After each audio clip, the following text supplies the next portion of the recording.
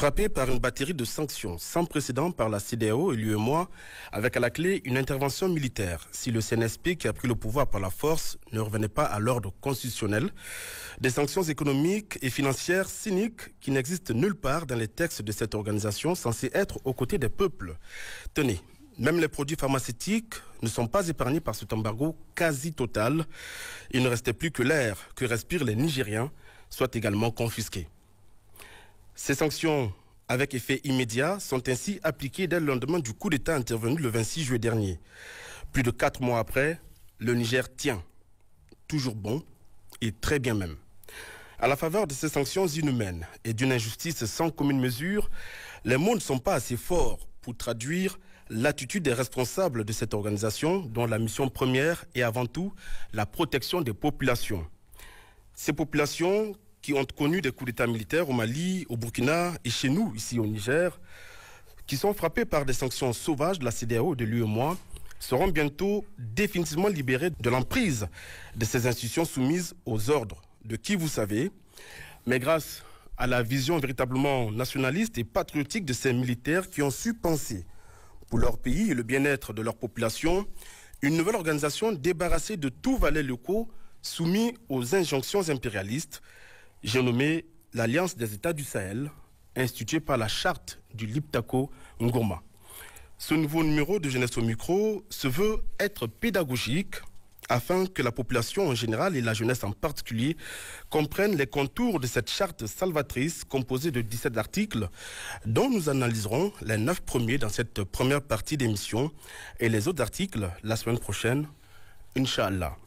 Pour ce faire, nous recevons cet après-midi Monsieur Issoufou Yahya, historien et politologue, professeur à l'université Abdou Mouni de Niamey, j'y arrive, diplômé en études de défense et de sécurité.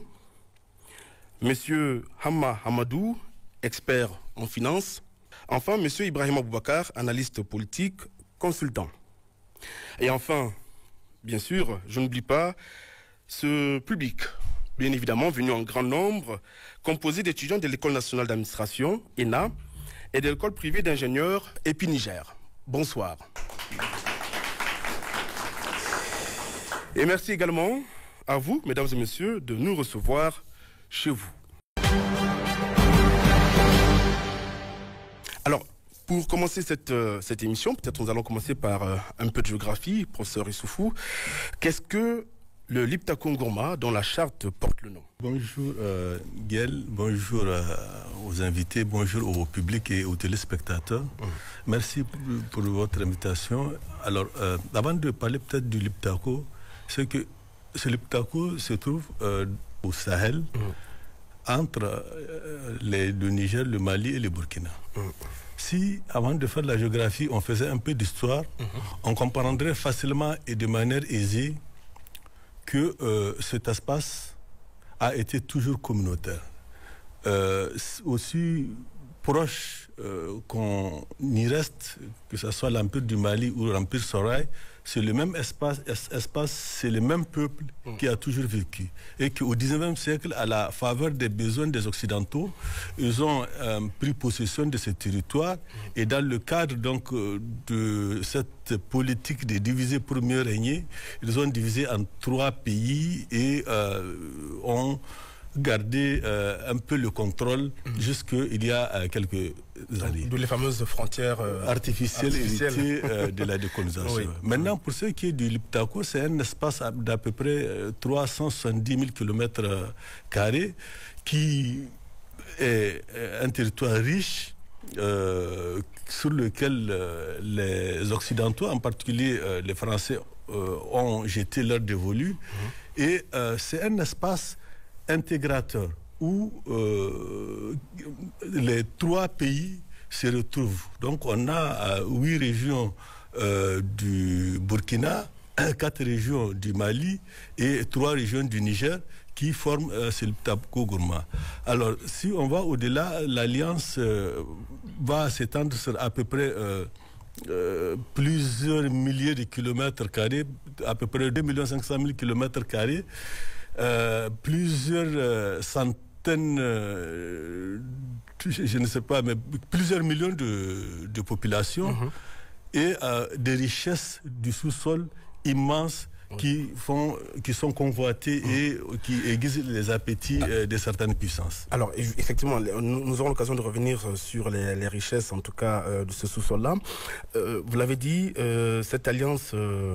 la question que je voudrais donc vous poser, c'est de savoir pourquoi est-ce qu'elle suscite à la fois de l'espoir pour les populations de ces pays, mais également inquiétude entre griffes pour les autres. Je parle de la CEDEAO et la France, pour ne pas la nommer. Alors, je commence d'abord par les inquiétudes des autres. Pourquoi ils sont inquiets? Parce que pour une fois, il y a des responsables politiques qui ont décidé de voir les intérêts propres à leurs États et à leur communauté, à leur population. Pas plus que ça. Donc, jusqu'à l'avènement de ces autorités, nouvelles autorités, que ce soit au Mali, au Burkina ou au Niger, ce sont les autres qui dirigeaient nos pays. Mais ils ont mal vécu cette rupture et en particulier ce qui s'est passé au Niger et une volée de bois vert infligée à la France. Je pense que de toute l'existence de la France, elle n'a jamais été autant humiliée, c'est peut-être trop dire, mais elle n'a jamais été aussi sonnée que de perdre de manière, on va dire unilatérale, mais de façon brute, de façon tranchée, un pan entier de ce qui fait sa fête. C'est un véritable hypercute qu'elle a reçu à la figure, un en plein véritable visage, ou même un double hypercute, puisqu'elle perd à la fois les intérêts stratégiques qui font d'elle une puissance, mais aussi elle perd une position géostratégique, l'une des meilleures qu'on puisse avoir. Et ça, je pense qu'il faut le mettre au crédit de ceux-là qui ont pris les décisions. Parce que le Nigérien et le monde entier a compris que jusqu'au coup d'État du 26 juillet, le Niger n'appartenait plus aux Nigériens. Le Niger était peut-être même moins qu'un département ou une sous-préfecture de la France, puisque c'est elle qui décidait. Et que ceux-là qui ont dirigé le pays, en particulier ces 12 dernières années, étaient inféodés à la France et qu'ils n'ont vu que les intérêts de la France, jamais ceux du Niger et des Nigériens, pour lesquels, surtout les 10 premières années, il n'y avait aucun respect pour le Nigérien. Il était moins que lui. C'était une dictature que l'ancien président Mohamed Issoufou a mise en place pour le bénéfice de l'Occident et de l'étranger, au point où le Nigérien était quasiment dans une prison qui ne disait pas son nom. Toutes les libertés étaient confisquées. Les lois qui étaient votées étaient beaucoup plus... Regardez la loi sur la migration qui tirait profit. Donc, ce qui est arrivé avec cette alliance, ça sonne le glas d'une politique conçue en Occident depuis le 14e, 15e siècle, mise en œuvre à la faveur du Congrès de Berlin et avec l'aval et l'assentiment des différents responsables politiques qui ont dirigé. Et cette politique, je pense qu'elle a pris fin définitivement, je le souhaite, avec l'alliance. Mais surtout, cette alliance, sa force se mesure par le maillon peut-être le plus faible. Pour l'instant, il y a 3 maillons forts. Et la pérennité de cette alliance dépendra de ceux qui seront toujours au pouvoir dans les 3 pays. Et donc, pour moi, et c'est là où je vais terminer, ça ne sert à rien de répondre aux jonctions de la CEDEAO pour aller à la va-vite aux élections. Je pense qu'il faut prendre le temps nécessaire. Je dis bien le temps nécessaire de mettre en place un État qui réponde aux exigences nationales et internationales. Et au-delà, je pense que cette alliance se voudra un cadre fédérateur, d'abord confédéral, puis fédéral, dans lequel les citoyens sahéliens vont retrouver sa place et les bases du développement vont être mises en place pour que d'ici 50 ans, ces pays soient devant, pourquoi pas, la France. Et je pense que la jeunesse ici représentée aura sa part comment on dit, à jouer. Oui, bien sûr. Alors, je ne sais pas qui de M. Ibrahima ou de Hama souhaite dire quelque chose jusqu'ici sur ce qui a été dit. Monsieur Peter Hama, Le droit de naissance oblige. C'est le droit de naissance, peut-être. C'est le droit de naissance. On est en Afrique, donc voilà. Oui. Je suis heureux d'être africain. Voilà. Merci pour l'occasion, l'invitation donc vous nous avez faite de donner un point de vue sur ce qui se passe dans nos États, dans l'actualité récente. Merci à tous ceux qui nous suivent ici sur votre plateau et les téléspectateurs de la RTN. Voilà. Ce que je voudrais dire, c'est que vous avez tout à l'heure suggéré qu'il y avait deux grilles de lecture. Une grille de lecture qui était sur la peur, une autre qui était sur l'espoir. Je pense que la peur ici, elle est justifiée. Elle est justifiée par quoi? À l'origine, il y avait le crayon de 1885 à Berlin. Personne n'a imaginé que cela puisse être mis en cause puisque pratiquement les gens qui étaient à la table de Berlin en 1885 étaient pour la plupart les vainqueurs de la Deuxième Guerre mondiale. Or, l'ordre mondial que nous avons aujourd'hui est un ordre mondial qui a été créé par les vainqueurs de la Deuxième Guerre mondiale pour servir exclusivement leurs intérêts et mettre les autres à les servir. Voilà. Et donc, pour une fois, il y a des nations qui se sont levées pour dire que ce ordre mondial ne leur convient pas. Parce qu'il est porteur d'un certain nombre de déséquilibres en faveur de certains pays et en défaveur d'autres. Parmi ces autres, il y a le Niger, il y a le Mali, il y a le Burkina Faso. Pour une fois, des dirigeants se sont levés, quelles que soient les conditions par lesquelles ils sont arrivés au pouvoir, ils ont l'onction populaire. C'est ce qui est important et c'est ce qui fait peur. Le fait qu'il y ait cette onction populaire fait que ces gens, ils ont bien évidemment, ils ont raison d'avoir peur parce que pour une fois, ils ont des gens qui vont être déterminés, étant entendu qu'ils sont poussés par les peuples et que ce soutien est sans faille pour aller vers une certaine liberté. Parce que vous soyez en individu ou en société, la liberté est la chose la plus fondamentale qui vous permette de planifier votre vie et d'agir de manière qui vous soit bénéfique. Voilà. L'autre chose dont vous avez parlé, c'est l'espoir. Évidemment, l'espoir, il est du côté des peuples du Burkina, du Mali et je l'espère, d'autres peuples qui nous rejoindront parce que cette alliance ne sera plus forte qu'en intégrant au moins un pays du littoral, parce que c'est cela qui nous faciliterait le job. Si nous avions un pays du littoral, nous serions une alliance qui serait, je pense, autonome. Et nous serions une alliance qui serait suffisante pour pouvoir créer une dynamique qui nous permette d'être définitivement des pays souverains sur le plan de la défense, puisque c'est l'enjeu primitif donc de cette charte du Liptako, mais souverain également sur nos décisions économiques, sur la façon dont nous regardons notre culture, voilà, parce que à un moment donné, en 1885, on a fait comme si nous n'avions pas de culture, comme si nous n'avions pas d'idées, comme si nous n'avions pas d'espoir, comme si nous n'avions pas de besoins autres que les besoins qu'on peut attribuer à une catégorie biologique, les animaux. Voilà. Maintenant, nous, tout le monde est conscient qu'avec cet avènement, nous avons des idées, nous réfléchissons, nous avons des besoins qui sont des besoins à la fois des besoins biologiques d'animaux, mais nous avons des besoins qui sont ceux des humains, des besoins culturels, des besoins, on va dire, juridiques et autres. Donc, je pense que c'est cela qu'on peut retenir de la question que vous avez posée. Très bien. Alors, et quand on parle de un pays du littoral, puisque nous sommes là pour expliquer, de faire la pédagogie, c'est un pays ouvert à la mer. C'est ce que vous voulez dire. Oui, voilà. Très bien. Je le dis parce que c'est si important. Nous sommes des nano-économies. Donc vraiment à l'échelle de l'humanité qui a produit en 2022 à peu près 101 000 milliards de dollars donc de PIB, nos trois États on produit à peine 51 milliards. Donc vous voyez, nous sommes une toute petite économie. Si cette économie n'a pas également des débouchés maritimes, parce que le maritime est la manière la plus facile de faire du commerce international, étant entendu que nos 3 États ne vont pas se mettre qu'à commercer entre eux, étant entendu qu'il y a des biens et des services que nous aurons à produire, je l'espère, parce que sans travail, sans production de richesse, ça ne vaut rien. On va retourner à des difficultés encore.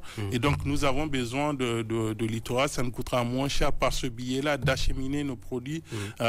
Et j'espère que pour une fois, nous allons avoir une industrie manufacturière par le biais du financement, puisque nous avons, il me semble, l'intention de créer une banque des investissements. Et donc, nous pouvons acheminer nos marchandises vers le marché extérieur et donc en tirer le meilleur parti pour nos populations. Donc, c'est pour cela que je pense que nous avons intérêt à convaincre l'un des pays en façade maritime atlantique là, à nous rejoindre sur le projet que nous avons conçu à 3. Très bien, merci. Alors, jusque-là, peut-être Ibrahima, un petit mot introductif, peut-être.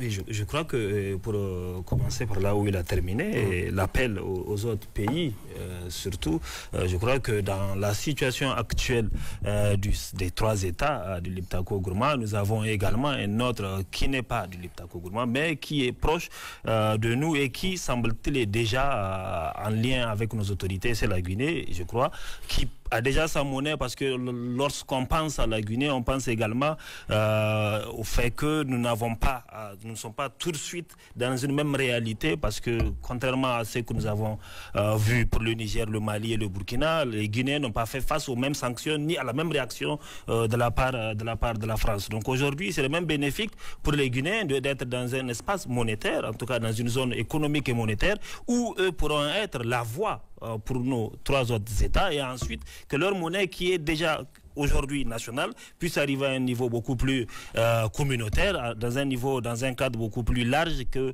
peut constituer l'Alliance des États du Sahel. On fonde également l'espoir sur le Togo. Peut-être c'est pas évident aujourd'hui avec les intérêts stratégiques du Togo qu'il va probablement considérer, mais je crois que c'est également de l'espoir à considérer. De l'autre côté, quand on voit l'Alliance, ça se fonde sur l'idée déjà de Liptako-Gourma, mais ensuite on parle des États du Sahel. Le Sahel, ce ne sont pas que, parce que quand on parle du Sahel, on a l'habitude d'être renvoyé à l'idée des 5 pays du G5, alors que le Sahel, c'est plus de 5 pays, ça s'étend des îles atlantiques du Cap-Vert jusqu'au désert du Tchad. Donc je crois que déjà cela nous montre un peu la vision de ceux qui ont créé l'alliance, de cette alliance, et que ça va tendre probablement vers l'appel, l'ouverture, l'élargissement vers d'autres contrées, d'autres pays avec lesquels on pourra avoir plus d'intérêt. Alors la question que vous posiez était celle de savoir pourquoi ça suscite tant d'espoir et d'inquiétude. Je voudrais, sans faire de la redite, dire que c'est normal que ça suscite de l'espoir. Lorsque, après plus de 60 ans d'indépendance, nous sommes devenus comme un centre d'incubation de la pauvreté, où les yeux du monde, quand ils regardent le Sahel, c'est surtout l'espace le plus pauvre au monde. On ne nous perçoit que par le prisme de la pauvreté, des difficultés économiques et dernièrement des difficultés sécuritaires que nous avons. Toutes ces populations qui savent que nos pays sont extrêmement, sinon extraordinairement riches en sous-sol, en ressources minières, minérales, hydrauliques. On a tellement de ressources, mais que nous sommes encore tellement pauvres en termes de revenus, en termes de conditions de vie, en termes d'accès à la santé, en termes de bien d'autres services pour lesquels chaque humain a droit. Je crois que cela ne peut que fonder de l'espoir, parce que tout le monde était convaincu pendant longtemps que si nous sommes dans cette situation, c'est parce qu'il y a d'autres qui profitent de cette situation, parce qu'il y a d'autres qui ont accès à ces ressources, parce qu'il y a d'autres qui ont intérêt à ce que nous continuions à rester dans cet état de pauvreté, en tout cas dans cet état de dépendance, et qu'eux continuent à bénéficier de l'ensemble de nos ressources. Donc lorsqu'on comprend cela, qu'on est, comme dirait l'image qu'on partage toujours sur les réseaux, un mendiant assis sur de l'or, lorsqu'on le comprend et qu'on a des nouvelles autorités qui veulent nous libérer, je crois qu'il ne peut y avoir que de l'espoir. Et surtout, même si on remonte historiquement, je crois que même les indépendances que nous avions eues, l'espoir et l'envie des peuples à aller vers l'indépendance était également liée aux projets panafricains que les uns et les autres avaient, même des autres côtés. On se rappelle de combien, et même chez les Arabes, combien la conférence de Tanger en 58, ça avait mobilisé les Arabes quant à l'envie d'avoir les indépendances parce qu'ils rêvaient d'avoir une sorte d'union du Maghreb, du Maghreb arabe. Donc je crois que sur l'ensemble des parties du monde, tous les peuples du monde sont très motivés, très inspirés à ce qu'ils puissent avoir non seulement l'indépendance, recouvrer leur propre souveraineté et ensuite, surtout, pas que souveraineté, pour aboutir à une amélioration, un saut qualitatif dans la vie et dans la vie des gens. Donc je crois que c'est normal qu'ils puissent avoir cet espoir auprès de toutes ces populations qui sont meurtries, qu'ils comprennent qui savent pertinemment les richesses que nous avons, mais qui vivent ces malheurs, ces difficultés et le long des journées que nous avons. Inquiétude parce que naturellement, c'est lui qui a l'habitude d'avoir accès à l'ensemble de ses ressources. C'est lui qui est dans une zone acquise. C'est lui qui vient chez nous comme il est chez lui, ou sinon, c'est lui qui considère nos États comme des studios de chez lui, sinon même pas des départements d'outre-mer. Je crois que celui-ci là ne peut être que inquiet par rapport à ce changement qui est en train de se passer, parce qu'il sait ce que représente pour lui, c'est qu'il gagne chez nous, mais également même le prestige international que ça lui donne. Parce que lorsque De Gaulle décolonisait, il disait que la force de rayonnement de la France va s'appuyer ensuite sur les nouvelles institutions qui ont été créées. On pense naturellement à l'UEMOA, on pense à la francophonie et à l'ensemble des autres nouvelles institutions qui permettent de continuer à commercer, à travailler avec nous dans des conditions où nous n'avons pas réellement suffisamment d'intérêt. Donc cette alliance qui nous libère, qui nous donne la possibilité de rêver, de voir qu'on peut avoir accès à nos ressources et que l'ensemble de ces difficultés économiques et sociales auxquelles nous faisons face, que nous pouvons ensuite les relever. Je crois que cela ne peut que fonder espoir. C'est pour cela que justement il faudrait travailler à créer de la richesse, à faire en sorte qu'on puisse produire beaucoup, parce que si on ne produit pas après, ça va décevoir l'ensemble de ces espoirs-là et cela n'est pas du tout intéressant dans cette situation. Très bien, en parlant de création de richesse, et on a évoqué sommairement les potentialités, en tout cas les ressources naturelles et minières que pourrait regorger le Haut-Congo. Je voudrais qu'on s'y arrête un instant pour, si possible, s'il en était possible, de faire une liste exhaustive. Que renferme exactement le sous-sol du Haut-Congo? Grande question. Sinon d'abord, depuis, comme on dit, l'origine de l'humanité, ce qui incarnait la richesse, c'est l'or. Et que ce territoire gît sur de l'or en qualité suffisante et en quantité. Il y a aussi d'autres ressources naturelles. On parle des terres rares. C'est un composé, une sorte de composition, 10 composés, 12 composés exactement, qui sont des matières extrêmement recherchées au monde et que seuls 2 ou 3 pays sur cette planète en détiennent, en particulier le Congo. Donc on peut ajouter aussi de l'uranium, du fer, du charbon, peut-être de ce que je sais, il y a ces richesses. Maintenant, je voulais peut-être aller sur un terrain qui est beaucoup plus favorable à mon cousin et voisin. Depuis aussi que l'humanité existe, l'attribut de souveraineté, c'est la monnaie. Aussi longtemps qu'on remonte, les différents souverains africains ont toujours possédé leur monnaie et c'est ça qui marque aussi leur souveraineté. Alors, si on essaie de comparer dans les siècles antérieurs, le royaume des Francs, celui qui est devenu la France, le royaume d'Espagne, l'Espagne, etc., etc., là on est sur le droit international.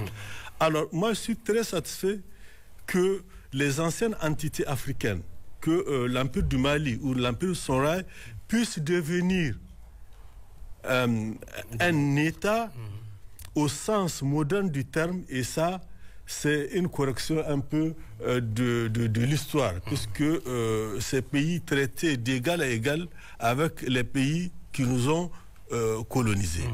Alors l'autre vision aussi, c'est que quand on définit le Sahel, au-delà de la définition géographique, dans la science politique, on parle de la région la plus pauvre au monde en temps de paix. Et que tous les pays qui composent ce Sahel, comme par hasard, étaient des anciennes colonies françaises. Ça veut dire que le virus inoculé au sein de ces pays ne leur permettait pas d'être viables, même dans 1 million d'années. Donc le fait maintenant qu'il y ait, et c'est assez exceptionnel, des militaires à la tête des pays, puisque la plupart aussi des avancées constatées sur la scène internationale, c'est lorsque des ruptures interviennent. Un coup d'État ou autre, ça permet au moins de placer le curseur là où il devrait être placé. Alors, vous avez parlé des militaires, c'est vrai, la CEDEAO a été fondée par des militaires. Et après, qu'est-ce qu'elle devient? On voit bien ce qu'elle devient, mais là, qu'est-ce qui nous dit qu'après l'AES aussi? C'est pour ça que je dis de prendre le temps nécessaire. Mais tous les États ont été créés par des militaires. Oui, oui. Et l'administration vient d'abord de l'armée. Oui. Dans tous les pays du monde, tous les États du monde ont été conquis par une force armée. Voilà. Maintenant, il y a eu une période de l'histoire où on s'est donné d'autres façons de penser, et c'est tout. Alors, avant peut-être de venir proprement à la question monétaire, Monsieur Mamadou, selon vous, quel peut être le potentiel économique de l'AES? Le potentiel, il est immense. Mais il y a le capital naturel et il y a le capital humain. Pour moi, c'est ça les deux richesses. Mais un capital, il ne vaut pas grand-chose si vous ne le fructifiez pas. Pour ce qui est du capital naturel, le professeur Yahya vous a dit déjà qu'on a des dizaines, voire une centaine au moins, de minéraux dans notre sous-sol, dans la zone du Liptako, en plus du pétrole, dans le bassin des Illumidan, donc qui est un vaste territoire. Et donc il y a déjà cela. Il y a l'uranium, où il a cité un certain nombre de terres rares comme le coltan, le cobalt, mais il y a également du lithium, qui est une denrée aujourd'hui très prisée dans l'industrie automobile, et pour les prochaines années, qui va être la denrée la plus essentielle dans le cadre de l'automobile, et peut-être même dans le cadre de l'aviation aussi, on ne sait jamais, puisque l'énergie va changer certainement en raison de la recherche et du développement d'usage.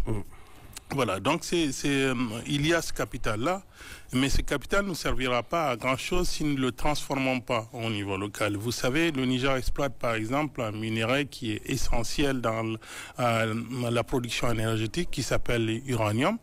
Mais depuis 50 ans que le Niger exploite son uranium, il n'a jamais dépassé le niveau de l'uranate, qui ne vaut pas grand-chose en matière de commerce international. Le prix de l'uranate ne vaut pas grand-chose, par exemple, comparé à l'hexafluorure ou au tétrafluorure d'uranium. Et donc les prix vont aller du simple au centuple ou voire plus.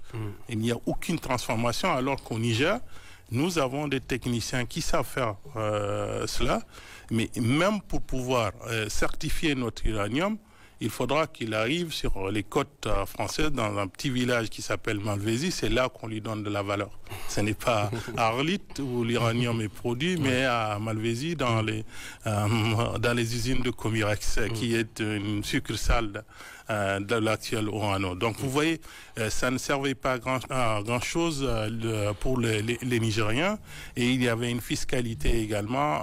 On sait que dans le domaine de l'industrie minière ou même de l'industrie pétrolière, la fiscalité ne vous rapporte pas grand-chose. Ce n'est pas inhérent au seul Niger, c'est partout dans le monde. Ce qui est essentiel, c'est la transformation que vous faites de ce produit-là pour pouvoir arriver à un niveau où il rapporte beaucoup plus parce qu'il a été valorisé. Donc ça, c'est important. Mais vous ne pouvez pas valoriser lorsque vous n'avez pas de savoir. Et c'est ça qui est le plus important. J'ai voyagé dans plusieurs dizaines de pays et je n'ai pas trouvé de meilleur moyen pour un pays de s'enrichir que de développer son capital humain. C'est par la qualité des hommes, leur talent, leur probité, leur formation que nous pouvons nous en sortir. Et donc, je pense que nous avons, rien que nos 3 pays, ça nous fait quand même 71 millions d'âmes, si nous les estimons à la fin décembre 2022, nous étions déjà 71 millions de personnes entre le Burkina, le Mali et le Niger. Et donc c'est un marché assez confortable. Si nous savons produire des biens et des services qui sont désirés par nos populations, parce qu'une chose est de produire des biens et des services, et une autre est de produire des biens et des services dont les vôtres ont besoin. Si l'uranium que nous produisons, on a vu que ceux qui en ont besoin, c'est moins les Nigériens, puisqu'il n'y a aucune centrale nucléaire au Niger qui puisse permettre à notre industrie de produire des biens et des services, parce que nous savons qu'il n'y a jamais d'industrie compétitive lorsqu'il n'y a pas d'énergie sécure et à bon marché. Et or, nous n'avions pas cette énergie, alors que d'autres pays en bénéficiaient de par la matière première que nous lui livrions probablement aux meilleures conditions de marché en termes de sécurité de l'approvisionnement et en termes aussi de coûts de l'approvisionnement et de méthode de l'approvisionnement. Donc je pense que nous avons ces deux richesses, mais qui sont, comme dirait mon grand-père, une richesse qui est cachée et ne vaut rien, puisque personne ne sait qu'il y a une enseigne où on peut trouver ces biens. Donc il nous faut sortir ces deux richesses-là, il faut les valoriser et permettre d'avoir un rendu aux populations, donc à nos populations, un rendu qui soit le plus confortable possible, mais pas simplement aux gens qui vivent aujourd'hui, parce que nous oublions si souvent quelques-uns qui sont aussi actionnaires que nous sur les biens que nous possédons à l'heure actuelle. Ce sont les générations futures de Nigériens, pas seulement ceux qui sont ici sur votre plateau, mais tous ceux qui viendront demain, ils sont aussi actionnaires que nous sur l'or, l'uranium, le pétrole, le lithium, le cobalt, le coltan que nous possédons dans notre sous-sol, parce que c'est le sous-sol de leur ancêtre et c'est leur propriété de manière préemptée. Voilà ce que je pense. Ibrahima, rapidement. La question que vous lui posez, je crois qu'elle rejoint aussi toute l'inquiétude de ceux qui vont perdre aujourd'hui le Sahel et notre zone, parce que justement, si nous avons l'ensemble de ces richesses que vous étiez en train de citer, et que si on regarde en réalité que nos pays du Sahel est élargi aux autres pays en voie de développement, vous allez vous rendre compte que en majorité, sinon plus de 80% des ressources sont possédées par les pays en voie de développement. Donc il est quand même paradoxal que les pays qui ont ces richesses-là minières, naturelles et autres, puissent être encore les plus pauvres. Justement, ce qui peut expliquer ce paradoxe, c'est le fait que nous avons en majorité également dans ces pays un capital humain qui n'est pas suffisamment préparé, outillé et mis dans les conditions pour pouvoir produire, pour pouvoir travailler. Et je crois que c'est probablement ce qui va se faire, cette alliance aujourd'hui, et pour ne pas arriver au stade, avant d'arriver au stade de la fédération, va probablement être une zone économique intégrée dans laquelle vous allez avoir 70 millions d'âmes qui pourront non seulement produire de part et d'autre, mais imaginez le marché que cela représente pour nos hommes, imaginez le marché que cela représente pour l'ensemble des entrepreneurs dans notre zone, surtout si on essaie de créer cette zone privilégiée avec d'innombrables avantages pour nos hommes riches, pour nos entrepreneurs, les commerçants qui peuvent commercer sur l'ensemble de la zone qui est quand même plus de 2 500 km², 70 millions d'âmes, ça fait beaucoup de choses à pouvoir faire. Comme on dit, il n'y a de richesse que d'hommes. Nous avons ces hommes, nous avons ces ressources. Je crois qu'ensuite, quand on donne de l'espoir aux gens, c'est de créer les conditions pour que cet espoir-là puisse être matérialisé dans les faits, et cela ne passe que par ce travail-là technique sur le terrain, à travers la création, à travers la possibilité de pouvoir produire, d'être capable d'être compétitif sur le marché international. Très bien. Alors, le temps passe très vite, messieurs. Hein. On va aller très très rapidement. La page du CFA, du franc CFA est en train de se tourner, qu'il est plus qu'urgent d'ailleurs de la tourner. On sait aussi que les experts se penchent en ce moment sur la question. Alors, M. Amadou, quelle est la politique monétaire la plus adaptée selon vous dans le cadre de cette alliance, ou plutôt, j'allais dire, monnaie nationale pour chaque pays ou monnaie commune en donnant les avantages et les inconvénients pour chaque option, hein? Mais alors, succinctement. Une monnaie ne vaut que par l'économie qui la produit. Oui. Voilà. Si nous avons une économie forte, nous avons probablement intérêt à avoir notre propre monnaie. Nous sommes avec d'autres qui ont une monnaie plus faible, à moins de considérer qu'en intégrant leur monnaie à la nôtre, elle devient automatiquement plus forte. parce que dès que vous élargissez le spectre, vous devenez un peu plus important.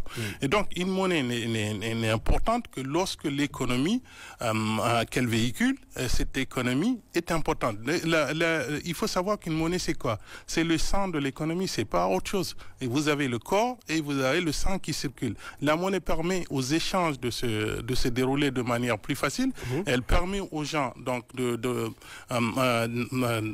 d'être un intermédiaire entre deux besoins, quelqu'un qui veut céder un bien, un autre qui veut acheter ce bien. C'est ça le rôle de la monnaie.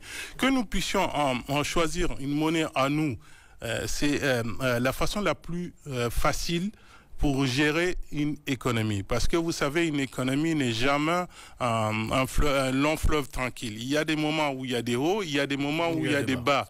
Surtout pour des économies aussi petites que les nôtres et aussi endettées que nous sommes, eh ben, nous avons intérêt souvent à avoir notre propre monnaie. C'est ce qui permet de faire des politiques de relance économique, donc de faire des investissements en masse sur une courte durée pour pouvoir enjamber des difficultés qu'on a connues de manière conjoncturelle. Il est vrai que notre sujet il est davantage structurel que conjoncturel en matière d'endettement ou de pauvreté, mais c'est la disponibilité de la souveraineté monétaire au niveau national qui vous permet, donc chaque fois que vous voulez, de faire donc ce type de politique de relance ou ce type de soutien à un certain nombre de branches de votre économie pour la production ou pour autre chose. Mais il est vrai aussi que vous pouvez corriger les difficultés liées, parce que quand vous êtes tout seul, vous vivez les difficultés tout seul, vous n'avez pas de solution à part votre propre effort. Maintenant, si vous êtes avec d'autres, vous élargissez déjà votre spectre, votre économie devient plus importante. Mais vous avez un inconvénient, c'est qu'il faut que vos économies convergent. Il faut que vous corrigez un certain nombre d'écarts. Si imaginez par exemple que au Niger on a un taux de TVA de 19% et qu'au Mali on ait un taux de TVA de 5%. Comment voudrez-vous que les Nigériens puissent vendre leurs biens au Mali? Ils ne pourront pas les vendre parce que de par la fiscalité simplement, nous avons un désavantage comparatif par rapport aux biens. Donc il faut une convergence déjà donc des économies. Une convergence fiscale, c'est nécessaire lorsque vous allez dans une monnaie unique comme nous le suggérons à l'heure actuelle. Et donc vous pouvez donc corriger, il est vrai, les faiblesses de votre économie par l'association des économies. Mais ça emporte également l'inconvénient que vous ne pouvez pas disposer à volonté de l'instrument monétaire lorsque vous le voulez de manière libre. Parce que même à trois, il faudra pouvoir convaincre la Banque centrale et les autres pays pour que vous puissiez avoir un soutien. Parce qu'une banque centrale qui ne soutient pas l'économie du pays, qui ne peut pas faire des prêts et autres, ça ne sert absolument à rien. Vous ne pouvez pas rouler la dette lorsque vous en avez besoin. Rouler la dette consiste à dire, quand j'ai des difficultés, j'emprunte pour pouvoir payer l'ancienne dette, ainsi de suite. Donc, ces processus, vous ne pouvez pas les mener lorsque vous n'avez pas de politique, vous n'avez pas une monnaie propre. Voilà. Donc, les deux me conviennent. Ça dépend de ce que nous recherchons. Si nous recherchons la grandeur de l'économie, les trois pays réunis ont une économie forcément plus grande que l'économie nigérienne tout court.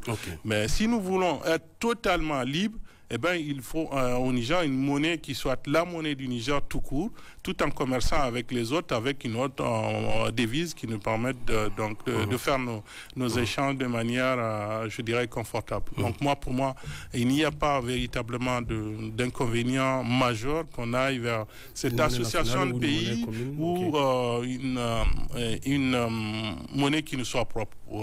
Mais par contre, je redis une chose, c'est plus facile de gérer sa propre monnaie que de gérer quelque chose en communauté, qu'il s'agisse, ce n'est pas simplement la monnaie, quel que soit ce que vous devrez faire avec d'autres, vous avez à aliéner une partie de votre souveraineté pour en prendre une partie de l'autre, et donc c'est des arbitrages et des équilibres à rechercher, et souvent ces arbitrages et ces équilibres, ils sont coûteux en temps, ils sont coûteux en énergie, ils sont peut-être même coûteux en diplomatie. Très bien. Vous souhaitez rajouter quelque chose, peut-être rapidement? Oui, d'abord Moi, je pense, de mon point de vue qui est personnel, créer une monnaie, vraiment, ça relève de la volonté du politique. Ça, c'est un. Deuxième chose, je pense que l'union fait la force.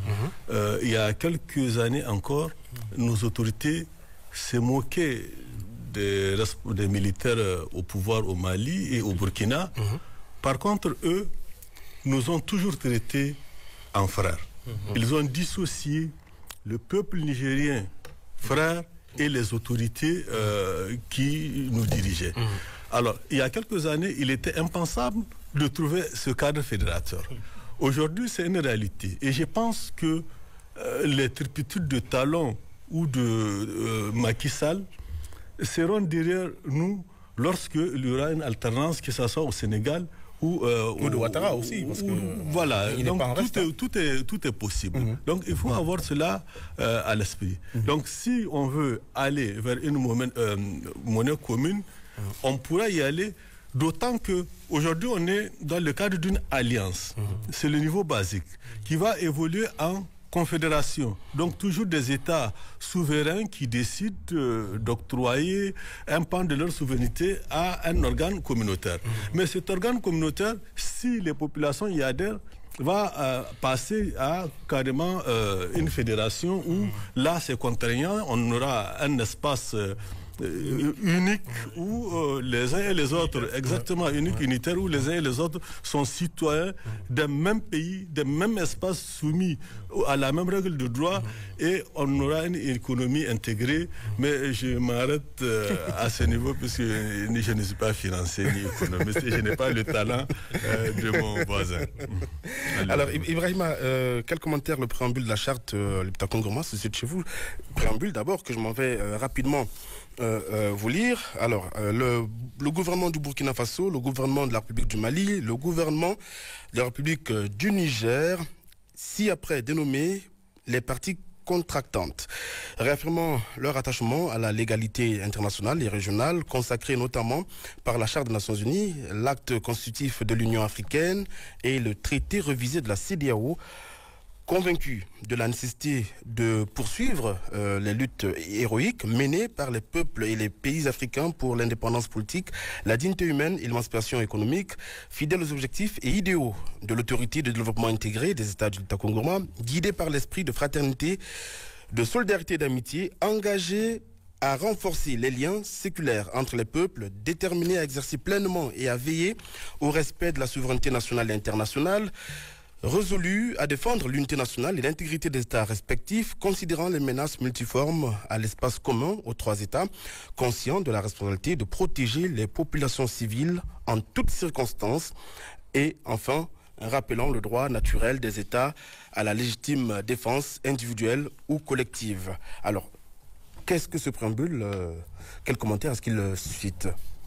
Ce préambule nous donne un peu l'esprit qui a guidé à la création de l'Alliance, mais également les valeurs qui ont dominé également les valeurs, mais également la vision qui dominait lors de la création de cette alliance des États du Sahel. Et quand on regarde un peu ce préambule, ça nous renvoie à la réalité, au contexte dans lequel l'alliance a été créée, et qui nous rappelle également l'histoire qui lie nos peuples, l'histoire séculaire, pour dire millénaire, qui lie nos peuples sur tant de plans commun, sur le plan social, culturel, économique et sécuritaire, qui lie l'ensemble de ces trois États-là, qui m'amène à dire que, vous voyez, quand vous prenez le Mali, le Burkina et le Niger, ce sont des frères siamois. Aucun ne peut bien se porter si un seul est malade. Tant que le Niger n'est pas dans la lutte contre le terrorisme, contre l'insécurité, aucun des deux autres États ne pourra réussir sa lutte efficacement contre le terrorisme et l'ensemble de l'insécurité que nous avions. Donc le Niger était mis dans un ghetto sur plus de 10 ans, ghetto dans lequel on l'empêchait de collaborer, de travailler avec ces autres États partenaires, et qui ne pouvaient pas, parce que lorsqu'on regarde la nature des forces terroristes qui interviennent dans nos États, c'est surtout leur mobilité. Lorsqu'il est aujourd'hui aisé pour des terroristes d'intervenir au Mali et de se cacher au Niger ou d'aller au Burkina. Parce que la zone est tellement est structurée, l'architecture de la zone est telle qu'il n'est pas possible de les poursuivre facilement tant que les trois États ne travaillent pas et ne fonctionnent pas ensemble. Donc je crois que cela a beaucoup dominé dans la prise de décision et surtout que le Niger était menacé d'attaques par d'autres États de la CEDEAO, mais surtout par la France, parce que tout le monde sait que ce ne sont pas les États de la CEDEAO qui allaient intervenir. C'est surtout la puissance qui en a l'expérience. On a vu son intervention en France, on a vu son intervention en Côte d'Ivoire, on a vu son intervention dans plusieurs autres pays. Donc cela avait guidé la création de cette alliance-là. Et quand on regarde donc, mais ça rappelle fondamentalement l'attachement de chacun de ces États à la souveraineté. Donc c'est pour cela également, lorsqu'on parle de la fédération, on voit que dans le préambule, chaque État se soucie de sa propre souveraineté. C'est justement parce qu'aujourd'hui, la souveraineté du Niger allait lui être niée par la CEDEAO. Parce qu'aujourd'hui, à travers les sanctions prises contre le Niger, on a carrément touché à la dignité du Niger et des Nigériens. C'est pour cela que quand on a écouté les chefs de l'État, on a eu le sentiment que c'est une motivation, une inspiration du Niger qui avait proposé aux trois autres États et qu'il y avait déjà une architecture qui existait à travers le Liktavo Gourma qui avait eu quand même, je crois, une longue évolution depuis 1970 jusqu'en 2018 récemment, où il y a déjà beaucoup de choses qui ont été réalisées entre ces trois États. Donc quand on lit vraiment le préambule, on voit déjà la volonté, le désir, la nécessité de pouvoir se défendre, de pouvoir exister. C'était une alliance existentielle pour le Niger, mais également pour les deux autres États. Mais ensuite, on voit leur attachement à l'avenir et à l'histoire. À l'histoire parce que ça rappelle notre attachement au combat héroïque. Et vous vous rappelez, le chef de l'État, dans une de ses premières interventions à la télé, a eu quand même l'amabilité de rappeler aux Nigériens, de leur rappeler les ancêtres qui ont fait la fierté de nos États, qui ont fait la fierté de nos empires que nous avons eus. Mais ensuite, c'est que ce rappel historique se lance dans l'avenir vers notre destin commun, celui de pouvoir nous prendre ensemble, parce que comme dirait Martin Luther King, si nous n'acceptons pas de vivre ensemble comme des frères, nous allons tous mourir comme des idiots. Donc aujourd'hui, cette alliance est existentielle, mais au-delà, c'est que ça doit nous permettre de pouvoir aboutir, à travers le préambule qu'on lit, aboutir à une zone économique intégré où chacun va garder sa souveraineté, chacun pourra continuer à jouir de sa souveraineté et que chacun va bénéficier de l'accompagnement, du soutien des deux autres en cas d'agression, en cas de difficulté et que les problèmes seront abordés ensemble et non individuellement. Donc il y a une certaine solidarité qui est créée entre les trois États et que chacun des États ou tous les États s'attachent à la souveraineté de chacun des États. Très bien. Alors avant de passer à l'analyse des différents articles. je vais peut-être vous prêter un petit jeu de pronostic. Quel est le prochain pays, selon vous, qui intégrera l'Alliance des États du Sahel? Selon vous, on a parlé... Alors j'allais dire qui? Du Sénégal. Je pense que ça peut intervenir beaucoup plus tôt qu'on ne le pense. Et lequel? Le Nigeria n'est pas à l'abri d'un coup d'État. Si demain il y a quelque chose de violent au Nigeria, mais c'est un espace naturellement ouvert au Niger. Le Bénin, c'est pareil. Mais a priori, celui qui semble le plus disposé, c'est peut-être le Togo. Parce que, au moins, le Togo dès le début, il a été contre les sanctions. Respecte le droit international et en particulier la charte de Montego Bay qui interdit de limiter l'accès aux États qui n'ont pas de littoral. Vous êtes d'accord? Pour moi, c'est celui dont le peuple se sent le plus, sent le plus le besoin d'être libre. C'est celui-là qui nous rejoindra. D'accord. Voilà. C'est bon, il est vite. Voilà. Celui dont le peuple se sent le plus contraint et a besoin de liberté, de dignité, de liberté. C'est ce pays-là qui nous rejoindra. Après, ce seront tous les autres pays qui souhaitent donc quitter, je dirais, une communauté simplement qui ne sait que sanctionner. Une communauté Moi, j'appellerais ça une communauté de sanctions pour rejoindre une communauté du progrès partagé. Parce que l'alliance n'est rien d'autre que du progrès qu'on souhaite partager entre nos peuples. Je pense que tous les pays-là en tout cas tous les peuples, je ne parle pas des dirigeants, parce qu'il y a la volonté des dirigeants, mais il y a également la volonté des peuples. Et ce sont les peuples qui sont importants parce que ce sont eux qui sont les souverains du pouvoir. Et donc, je pense que tous les peuples-là, aujourd'hui, aspirent à être dans une situation telle que nous la vivons à l'heure actuelle, nos trois pays. Mais le pays qui nous rejoindra le plus tôt sera certainement celui dont le peuple a le besoin le plus fort, le plus pressant, et qui est en mesure de le porter par des décisions. D'accord. Et vraiment, sans tout le commentaire. Parce que... Non, je vais continuer sur ce qu'il a dit. Justement, ce peuple-ci, qui a surtout la chance aussi d'avoir des leaders qui écoutent, des leaders qui sont attentifs, qui écoutent le peuple et qui sont visionnaires, qui pourront voir qu'il est possible, qu'il est beaucoup plus avantageux pour eux d'être dans cette alliance qu'être exclusivement dans des alliances dans lesquelles il n'y a que des sanctions, il n'y a que des instructions et des injonctions qui sont reçues ailleurs. Le Togo peut adhérer pour la simple raison que le Togo est déjà dans toutes ces genres, dans ces dynamiques. Le Togo a déjà créé l'Alliance politique africaine qui réunit déjà plusieurs pays. Ça veut dire que le Togo est un pays beaucoup plus libre, plus indépendant et qui est dans ces genres de dynamique. On voit que le Togo, s'il n'a pas quitté la francophonie, a quand même intégré à une autre zone Commonwealth, beaucoup plus, qui n'est pas la même zone d'influence française que les autres. Donc oui, le Togo peut être le prochain pays qui peut adhérer. Mais c'est surtout, ça va être... Parce que là, quand vous posez la question, vous limitez ça dans l'immédiat. Oui, dans l'immédiat, oui, bien sûr. Oui. Alors que quand on prend l'Alliance, selon les résultats probants que l'Alliance va avoir et les avantages que ça va présenter pour les autres, ça peut attirer beaucoup d'autres pays pour qu'ils puissent... Oui, non, mais je disais dans l'immédiat. Parce qu'il ne faut pas le considérer comme une alliance réactionnaire et de réaction, justement, en résistance à la France, mais il faut le voir comme une alliance de vision qui puisse également intéresser les autres États et qu'ils puissent adhérer. Très bien. Alors allons-y à l'analyse des articles à présent qui constituent cette charte. Il y en a 17, mais je l'ai dit, on va rapidement analyser les 9 premiers. Alors, on a article 1er. Là, je vais laisser l'honneur, bien sûr, au professeur de nous les lire, l'article 1er, de nous le lire et d'en expliquer. En français facile. C'est ça. Par la présente charte, dénommée charte du Liptako-Gourma, les parties contractantes instituent entre elles l'Alliance des États du Sahel, en abrégé AES. Alors, pour comprendre l'article 1er, il faut revenir aux dispositions préambulaires qui expliquent les raisons qui ont guidé à la création de cette alliance. Dans un premier temps, il y a un leadership ou un triple leadership qui est affirmé.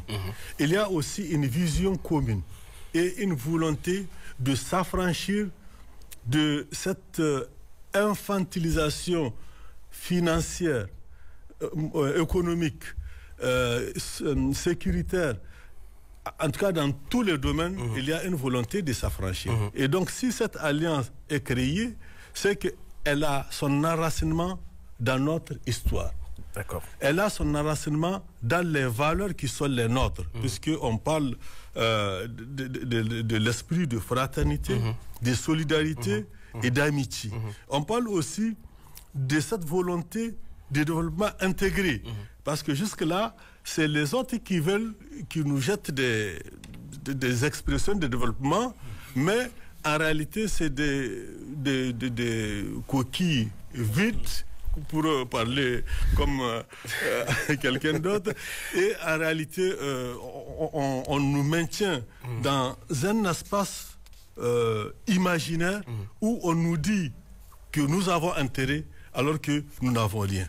Et donc, il a suffi que des responsables politiques, qu'ils soient militaires, ils sont militaires, viennent en situation au pouvoir pour qu'en peu de temps, prenant en compte l'histoire commune, les vulnérabilités communes, pour prendre une décision. Et cette décision, je pense qu'elle est importante dans le cadre d'une alliance. Alors on dit c'est une alliance, ça veut dire chacun a jugé utile de venir vers l'autre pour maintenant faire le reste du chemin ensemble. Et je pense que c'est jusqu'à la fin du temps, ces pays et tous ceux-là qui vont les rejoindre vont rester ensemble et au plus grand bénéfice des populations. Alors, je pensais que ça pourrait se faire en 2-3 mots, mais je me rends compte que je suis avec non seulement des enseignants qui parlent beaucoup comme des journalistes, et donc ça va être très très difficile d'analyser les 9 premiers articles et ensuite donner la parole au public. Et j'imagine que le public a soif de poser des questions. Alors, on va faire un break sur l'analyse des chartes, l'explication des articles qui composent cette charte-là, pour remettre ça, Inch'Allah, à la semaine prochaine et donner la parole au public d'abord, déjà, pour qu'il puisse s'exprimer, poser des questions et apporter éventuellement des contributions. Alors, rapidement, d'accord, rapidement, 2 à l'ENA et 2 par là, au niveau de l'EPI, d'accord? On y va, s'il vous plaît. Allez-y, présentez-vous rapidement. Seb Moro Aboubakar, étudiant à l'EPI Niger en génie logiciel. D'accord. Ma question est pour M. Issoufou Yaya. Quel genre de ressources et richesses possède le Niger pour laquelle on nous inflige toutes ces sanctions inhumaines? Très bien. Je pense qu'on a déjà répondu en partie à cette question, mais il va revenir là-dessus parce que vous posez la question. C'est tout? Ok, allez-y rapidement alors. Allez-y rapidement. Et aussi, les Occidentaux disent que nous sommes pauvres. Mais pourquoi ils refusent de quitter si tel est le cas? Si véritablement nous sommes pauvres, ils font quoi alors chez nous? Oui, pour ne pas être un peu vulgaire, ils foutent quoi chez nous? Bon, et très bien. Alors, la troisième question est, okay. Selon vous, la CEDEAO tire-t-elle vers sa fin? Ok, d'accord. Derrière, là-bas, ou bien le SG veut passer la parole et ensuite derrière. Bonsoir à tous. Donc, nous répondons au nom de Boubacar Seydou Ibrahim, le secrétaire général de l'EPI Niger, étudiant première année de master en gestion commerciale et marketing. Donc, nous avons écouté et applaudi l'intervention du professeur Yahya de l'Université Abdou-Moumouni, où il disait, je cite, « Prenez le temps de mettre en place un État ». Et c'est là notre inquiétude. Parce que depuis le 26 juillet 2023, femmes, jeunes, handicapés se sont mobilisés pour la cause du CNSP. Parce que tout simplement, nous pensons qu'ils sont dans la bonne voie d'une indépendance totale. Donc notre inquiétude, cela nous a donné une idée. Une idée pourquoi? Parce que à la fin de la transition, des hommes politiques qui d'ailleurs ils ont passé leurs années à nous mentir. Ça ne va nous amener nulle part. Et c'est pourquoi nous, en tant que jeunes, nous proposons à ces gens d'hommes qui sont capables de nous amener, de nous lutter pour une indépendance totale. Donc, notre dernière question, quel serait l'inconvénient pour le Niger, le Mali, le Burkina Faso de quitter définitivement la CEDEAO? Ok, si inconvénient y a-t-il? D'accord, très bien. De ce côté, alors, permettez-moi d'être quand même galant. Une dame, j'ai vu le doigt d'une femme, alors je peux faire. Ici, je n'ai pas vu à la suite de 2 hommes quand même. Allez, allez-y, posez la question s'il vous plaît. Et après... non, attendez, vous me compliquez la tâche là. Allez-y, présentez-vous. Je m'appelle Isia Kaboukari Amira, étudiante à l'INA en 2e année finance trésor. Alors ma question s'adresse à M. Ibrahim. L'Alliance des États du Sahel signe-t-elle la mort définitive du G5 Sahel? Voilà, merci. Très bien. Avec vous, Asmada Bakou Mahmoudou, je suis en 3e année d'études à l'INA, option fiscalité et domaine. Alors je l'ai toujours dit, la reconnaissance est une qualité qu'on reconnaît aux énarques. Alors je vous prie, très chers camarades énarques et ingénieurs, de me permettre de saluer le courage de charger à la régulation. Et d'ailleurs, à l'ordonnancement successeur de cette émission, Jeunesse au micro qui m'a donné la parole. Ceci étant, la question de l'AES, Alliance des États du Sahel, qui a d'ailleurs vu le jour le 16 septembre 2023 par l'annonce de la signature de la charte de l'Iptako Gourma. Pour une révision partielle, cette alliance a vu le jour pour assurer la défense et la sécurité des États du Sahel. Quand même, il faut viser l'intégration financière à travers une monnaie qui est sahélienne, une monnaie qui est comment sahélienne. Il y a aussi l'indépendance économique via nos ressources naturelles. C'est capital, c'est vraiment capital. C'est ce qui m'amène à demander quel processus, si vous voulez, à suivre pour que ces États du Sahel, dans l'intervalle de l'Alliance, bien sûr, s'autosuffisent en matière économique et financière pour qu'elles aient vraiment leur intégrité. Très bien. Allez-y derrière là. Oh, il a déjà pris le micro. Alors, c'est gâté. Allez-y, allez-y. Il ne va pas le donner. Hein. Il ne vous donnera pas le micro. Allez-y, allez-y. Allez-y. Moi, c'est Mamansani Zakari Abouakar. Je suis élève en 3e année du niveau 2 de l'École nationale d'administration. Je suis le secrétaire chargé des affaires culturelles et sportives de la structure syndicale de l'ENA. D'accord. Donc, permettez-moi avant tout propos de remercier la RTN d'avoir pensé et matérialisé ce sanctuaire de pensée qui vient de nous édifier par rapport à une question qui aujourd'hui fait verser beaucoup d'encre et de salive. Ma modeste contribution à ce débat, c'est de lancer un appel à l'endroit de ces gens-là qui se sont mis à donner des discours réactionnaires suite aux événements du 26 juillet. Je parle de ces gens-là qui veulent tant bien que mal ramener la question de la création de l'AES à notre sortie de la CEDEAO. Il faut savoir que dans les rapports politiques, on ne se fâche pas. On cherche nos intérêts, on cherche à défendre nos intérêts. Donc, j'aimerais poser une question par rapport à l'AES. Tous nos 3 pays, à savoir le Burkina, le Mali et le Niger, ce sont des pays enclavés. Donc, j'aimerais savoir quelle est la solution pour que cet enclavement ne soit pas une entrave aux aspirations de l'AES. Merci. Très bien. Le dernier, oui, le dernier. Et vous permettez aux invités de répondre aux questions, s'il vous plaît. Ce n'est que partie remise, ne vous en faites pas. La semaine prochaine, nous serons encore ensemble, d'accord? Dites-vous que vous serez prioritaire, en tout cas comme invité au public, d'accord? Allez-y. Je suis Adamou Mohamed Moubarak. Oui. Je suis élève à l'École nationale d'administration. Je suis en 4e année du niveau supérieur, option travail et sécurité sociale. Alors moi aussi, j'ai l'idée de mon prédécesseur pour remercier la RTN de cette invitation et également remercier tous ces débatteurs et spécialistes pour leur brillante, on appelle ça... Exposé, leur brillant exposé, oui. Exactement. Oui. Donc, en ce qui concerne l'Alliance des États du Sahel, c'est une alliance à saluer. Donc, déjà, si nous constatons, en fait, c'est le fait de mutualiser les efforts, de mutualiser, n'est-ce pas, les forces pour combattre les forces obscures, les bandits terrorisés, donc pour justement la défense de notre souveraineté.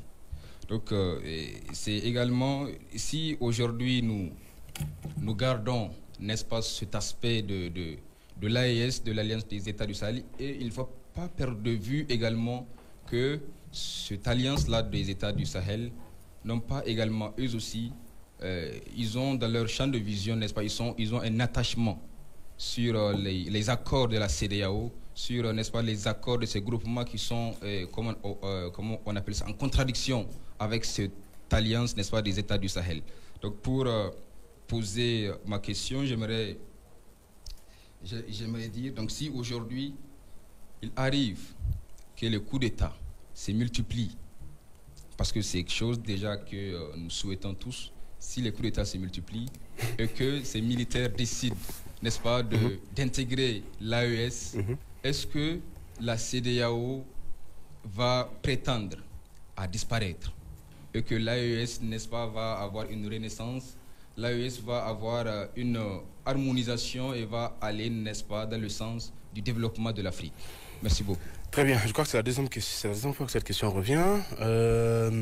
Alors, là, et puis, non, le dernier intervenant, ici, s'il vous plaît. Mohamed Moussa Suleiman, je suis étudiant en première année à l'école privée d'ingénierie et je suis quelque part un jeune écrivain justement à la tête de 2 livres actuellement en correction au niveau de PSS, la plume au service de la société, présidé par Mano Seko Abdel Nasser, le président des jeunes écrivains du Niger. Et je suis l'actuel délégué chargé à la presse au niveau de l'université Abdou Mouni à la faculté des sciences et techniques que je dirige encore. D'accord. Donc, d'entrée de jeu, nous sommes vraiment quelque peu impressionnés et vu de la façon dont ORTN s'accentue sur la jeunesse pour recueillir les avis au plus bas niveau. C'est très intéressant, il faut l'avouer. Donc, par contre, nous aimerions justement un peu parler de Léonard de Vinci, justement en disant quelque peu le Sahel, les trois pays qui constituent l'AES, justement, et croient un peu à la méthode de Léonard de Vinci qui disait justement ramper, marcher, courir et en plein vite vous allez voler, que ce n'est pas un débat. Et justement, quand vous voyez de telle sorte, c'est ce qui se passe actuellement. Donc nous sommes très émus d'avoir recueilli aussi quelques avis de nos aînés qui sont ici présents avec nous, que nous respectons d'ailleurs beaucoup. Les questions dont j'ai à poser, je crois que c'est jusqu'à 3 questions, dont la première question est la suivante. C'est une question justement basée sur le terrorisme. Parce qu'actuellement à l'école d'ingénierie du Niger, nous sommes avec un collègue, un ami, qui à un moment donné nous racontait, c'était devant lui, devant toute sa famille, devant sa mère, ses frères, que son père a été égorgé, devant tout le monde, s'il vous plaît. Alors même que même la barbarie la plus exagérée et soufflée depuis la nuit des temps anciens, il y avait toujours la fragilité humaine qui est mise en jeu. Toujours. Encore même qu'il faut se rappeler, si ce terrorisme existe, c'est que quelque part, ils ont un financement. Qui les finance cherche toujours à nous nuire, il faut l'avouer. Donc ma question est la suivante. Avec le CNSP justement, ou bien soit disons l'AES, quelle procédure allait-il prendre aussi rapidement que ce soit pour mettre fin à ce terrorisme? Justement, c'est ça la première question. D'accord. La seconde question, comment allait-il procéder pour restaurer naturellement le droit de l'homme au Niger? Parce que quelque part, on sait très bien que le droit existe, mais c'est écrit noir sur blanc. Ce n'est pas tellement applicable comme il est d'usage. Donc justement, enfin, la troisième question est la suivante. Ça, je dois la poser à notre professeur de l'université Abdou Mouni. Justement, je crois qu'on peut avoir aussi plus d'éclaircissements là-dessus. C'est une question basée sur la diplomatie. Pourquoi le comité international, soit disons l'international, condamne toujours ces comportements de coup d'État dans le pays, alors même qu'ils savent que réellement c'est ça qui va nous permettre d'aller encore plus loin dans le domaine du développement dans le pays? Pourquoi ils condamnent cela et juste toujours de ce qu'on appelle l'Organisation des Nations Unies, de telle sorte à pouvoir un peu refléter de la paix dans le monde entier, alors même qu'ici on cherche à avoir la paix et qu'eux ils essaient toujours de condamner cela? Alors, professeur, qu'est-ce que vous pouvez dire par rapport à la question de la diplomatie, justement, sur la question de du CNSP dans le pays? Très bien. Merci beaucoup. Merci beaucoup. Alors, on va marquer un petit temps mort, d'accord? Nous avons débordé de à peu près 10 minutes. Et je ne voudrais pas qu'on soit censuré à l'antenne, que vous ayez l'impression qu'on a coupé des gens ou qu'on a coupé les réponses à vos questions ou que mes invités ont été censurés. Alors, ils ont pris bonne note de vos questions. Je suggère, je vais revoir vos administrations respectives pour que vous soyez de nouveau la semaine prochaine ici. D'accord? Ce que je suggère, c'est que comme ils ont pris bonne note de vos questions, d'accord, ils vont les garder et quand on reviendra la semaine prochaine, ils vont répondre d'abord à ces questions-là et ensuite on va aller droit sur les articles qui composent en tout cas la charte de l'Iptako Ngoma. C'est malheureusement la fin de cette émission qui reprendra, Inch'Allah, la suite la semaine prochaine. Vous retrouvez cette émission le mardi à 14h30 et rediffusée le dimanche à 17h30 sur la télévision nationale, la télévision engagée. Voilà, merci. À la semaine prochaine. L'impérialisme, l'impérialisme, le néocolonialisme, l'impérialisme, la CEDEAO, la CEDEAO, la CEDEAO, le CNSP, viva le CNSP, viva